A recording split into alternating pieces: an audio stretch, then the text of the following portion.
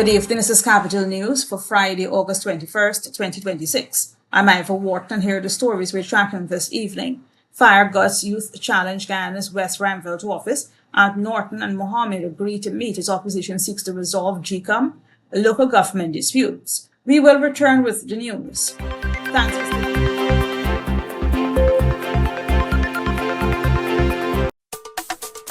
Now you can do more, loan secure, save for a rainy day, bills clear, cause every day is payday. Dream big plans, fresh cash in your hands, cause every Friday is super payday. Every day, every day, every day, every day is payday. Every Friday is super payday.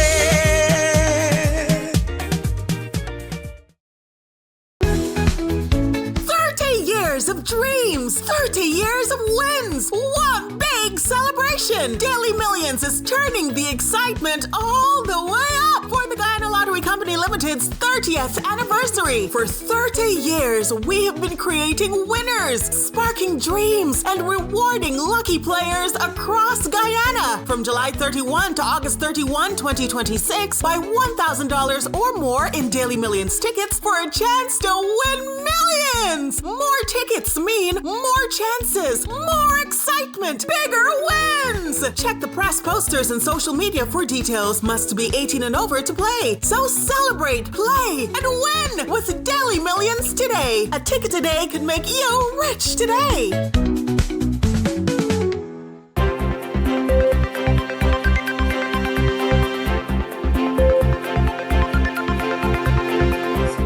Thanks for staying with us on Capital News. Fire Guts Youth challenge Guyana's West Ramville to office. Here is that report. The Guyana Fire Service is investigating a fire that destroyed the West Ramville to office of Youth Challenge Guyana, an NGO dedicated to empowering young people. Executive Director Dimitri Nicholson said he received a call that the building was on fire. Well, I'm only getting second-hand reports. We had an occasion this morning. My staff and I were at the occasion, and I received a call saying that the building is on fire. So I came directly here. What you observed? I observed that the whole top where my office is was gutted by the fire. Major blow. Yes, major blow for us and the community. 4 staff members of the NGO says computers, printers, and other office equipment were destroyed in the fire. Nicholson said despite the setback, the organization intends to rebuild and restart operations as soon as possible. Well, we're going to look to see which partners might be able to help us to rebuild what we've lost. Nicholson said the NGO was given permission from the Catholic Church and the government in 2016 to use the building.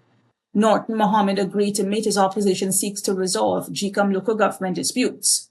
A Partnership for National Unity, APNU leader Aubrey Norton, on Friday said he's willing to meet with opposition leader Asudin Mohammed as the political opposition seeks to resolve several issues affecting the parties and Guyana's democratic institutions. Norton, via phone, said he has asked Mohammed for the meeting to take place at a neutral venue, but is yet to receive a response. The development follows a letter Norton sent to Mohammed expressing concern over his party's exclusion from the list of nominees for the Local Government Commission. Mohammed responded to Norton, inviting him and the delegation to a meeting on Monday at 11 at the WINS party office in Providence on the east bank of Demerara.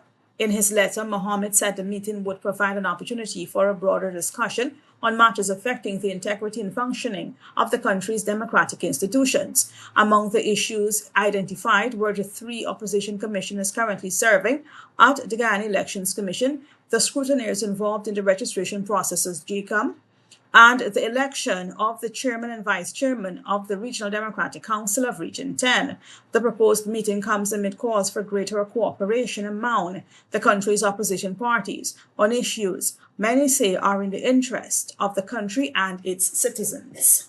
More news after this break.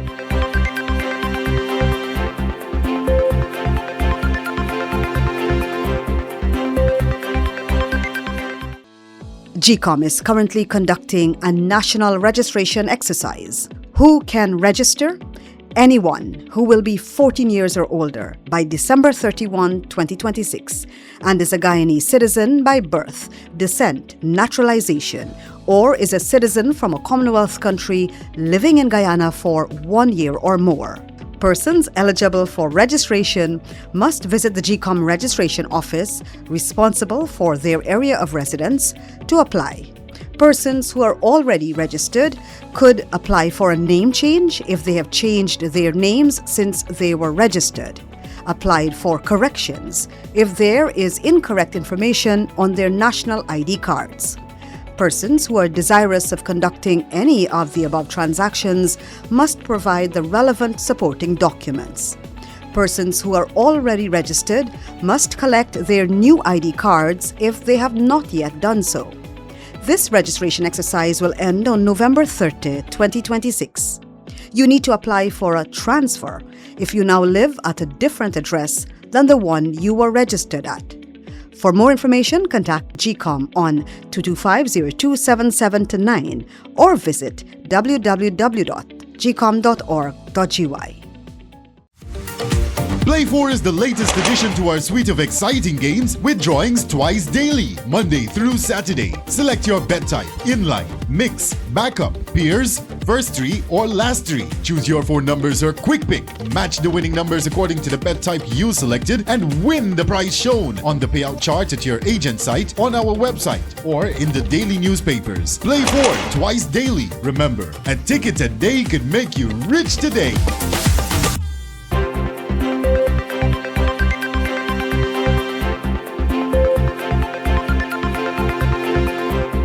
Welcome back to Capital News. Beyond the wheel, experts target risk perception ahead of October Road Safety Summit. Every day on Guyana's roads, split-second decisions can leave one with severe injuries or even turn deadly: a driver who overtakes blindly or a pedestrian who crosses without looking. Ahead of October's Beyond the Wheel Road Safety Summit, the experts behind it say the real danger isn't recklessness. It's the people who often don't register the risk at all. A motor vehicle is meant to be used in a particular way for specific professional people.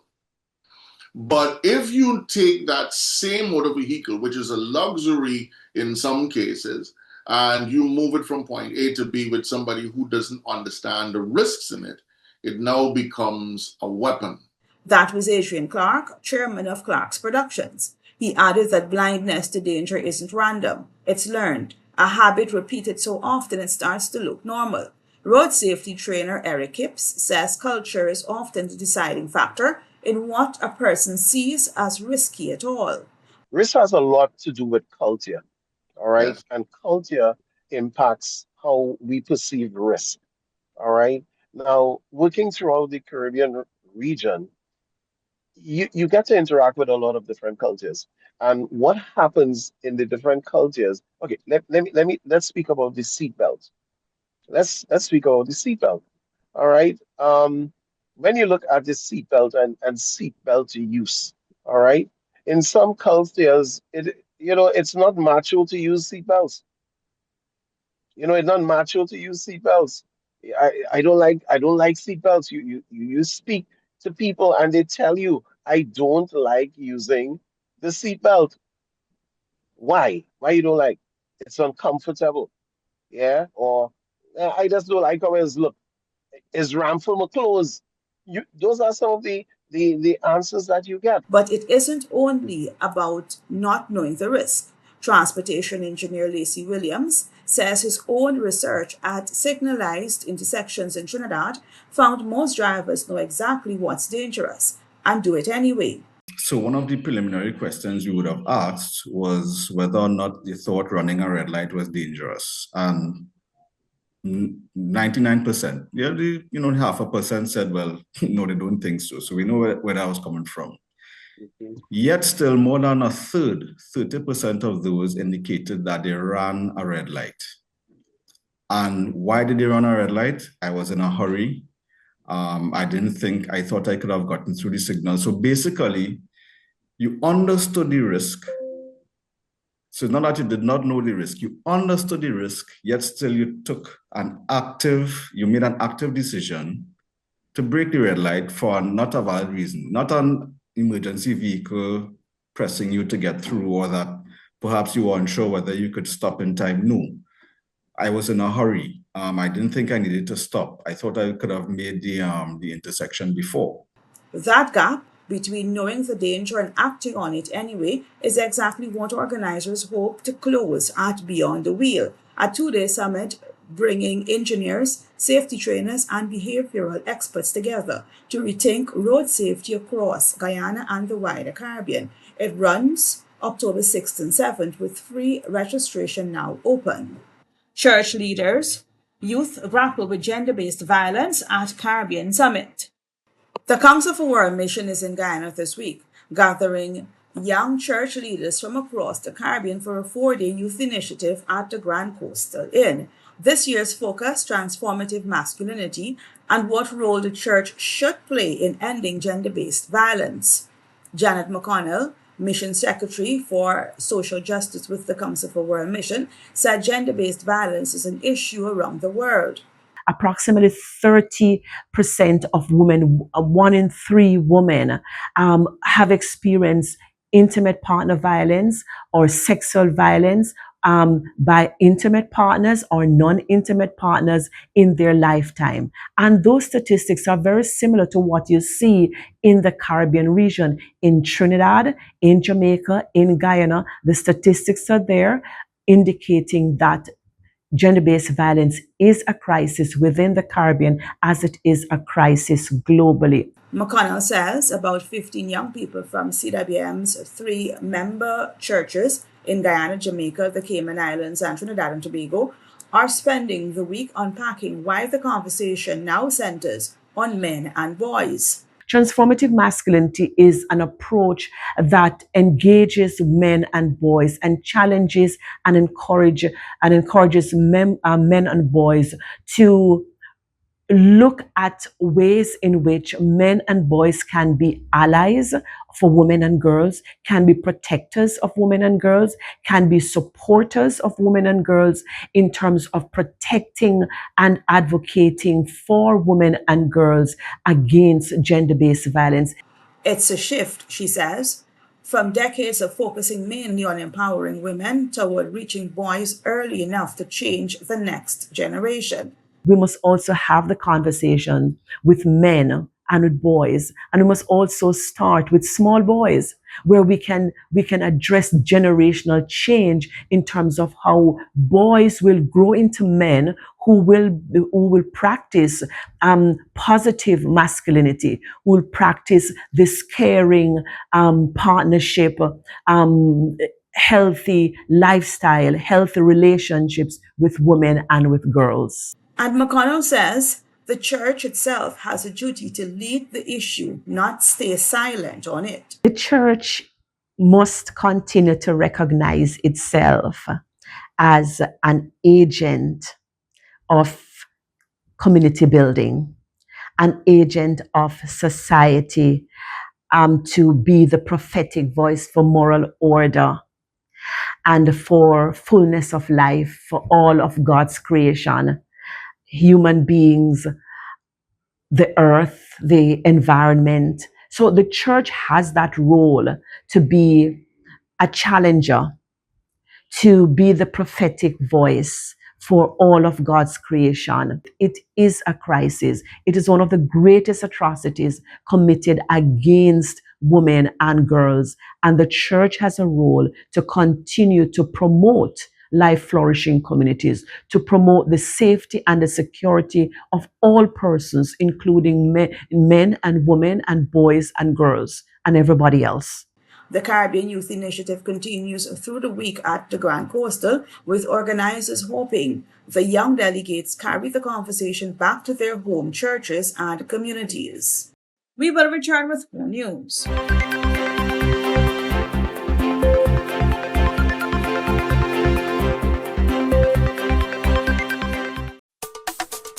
Now you can do more, loan secure, save for a rainy day, bills clear, cause every day is payday. Dream big plans, fresh cash in your hands, cause every Friday is super payday.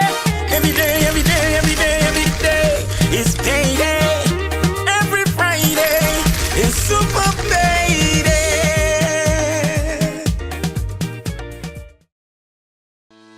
GCOM is currently conducting a national registration exercise. Who can register? Anyone who will be 14 years or older by December 31, 2026, and is a Guyanese citizen by birth, descent, naturalization, or is a citizen from a Commonwealth country living in Guyana for 1 year or more. Persons eligible for registration must visit the GCOM registration office responsible for their area of residence to apply. Persons who are already registered could apply for a name change if they have changed their names since they were registered. Applied for corrections if there is incorrect information on their national ID cards. Persons who are desirous of conducting any of the above transactions must provide the relevant supporting documents. Persons who are already registered must collect their new ID cards if they have not yet done so. This registration exercise will end on November 30, 2026.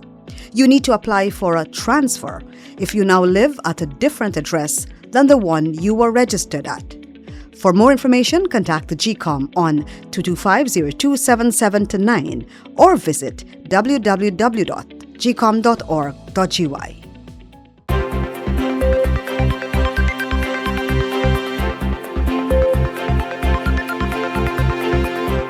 Thanks for staying with us on Capital News.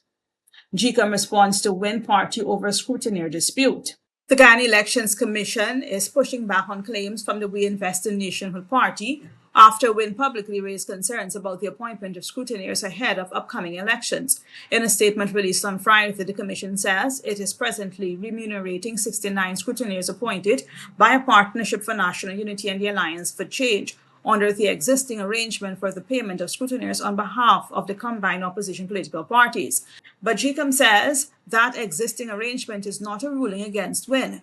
The Commission says the dispute traces back to a proposed scrutineer list submitted by the leader of the opposition, one APNU formally objected to, questioning whether proper consultation had taken place. GCOM says its chief election officer was never in a position to settle the disagreement alone. Further, the statement said the CEO does not have the authority to change an existing arrangement or implement a new list where the matter falls within the jurisdiction of the Commission and requires its direction or determination.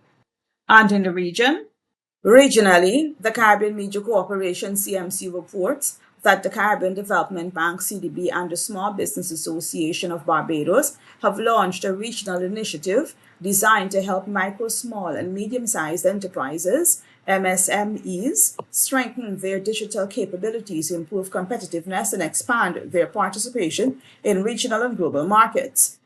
The project, titled Re-engineering MSMEs for Growth, Adoption and Application of Digital Solutions to Build Resilience and Global Competitiveness, was officially launched on Wednesday at the CDB Conference Center. The initiative will support a minimum of 150 MSMEs across Barbados, Dominica, Grenada, St. Lucia, and St. Vincent and the Grenadines, with targeted assistance to help firms assess their digital maturity, adopt practical digital solutions, and implement transformation plans. The project also places inclusion at its center, with specific attention to women-led enterprises and underserved businesses that often face additional barriers to growth.